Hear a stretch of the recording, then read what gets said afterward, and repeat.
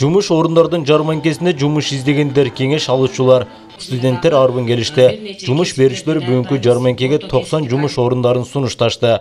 Өзгөчө кыз келиндерди жана мүмкүнчүлүгү чектелген адамдарды жумуш орду менен камсыз кылууга өзгөчө маани берилди. 1946 адам бизге келип жаран кайрылды.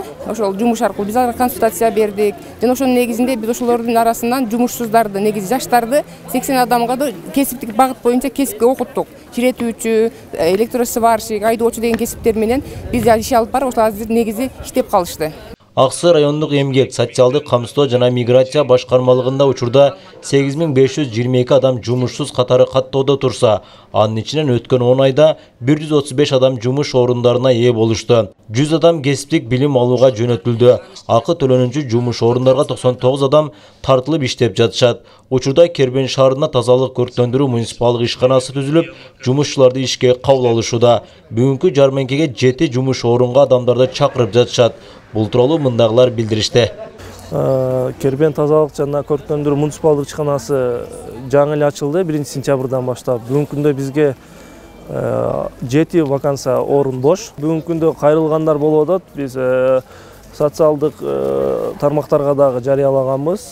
Акырындан бош орундарды толтуруп атабыз. Болуп өткөн иш-чарага келген жарандардын саны арбын болду.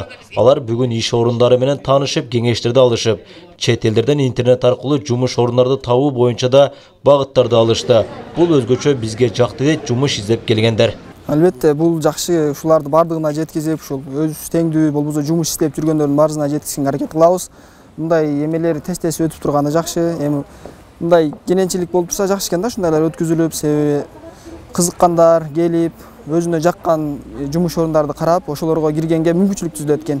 Эгер мындайлар өтпөй турган болсо, эми каерде кандай жумуштар бар, кандай орундар бар, аны маалымат аз болот экен да, мындайда маалымат кенен болот экен. Ошол жумуш тапканга жеңилдик болот экен.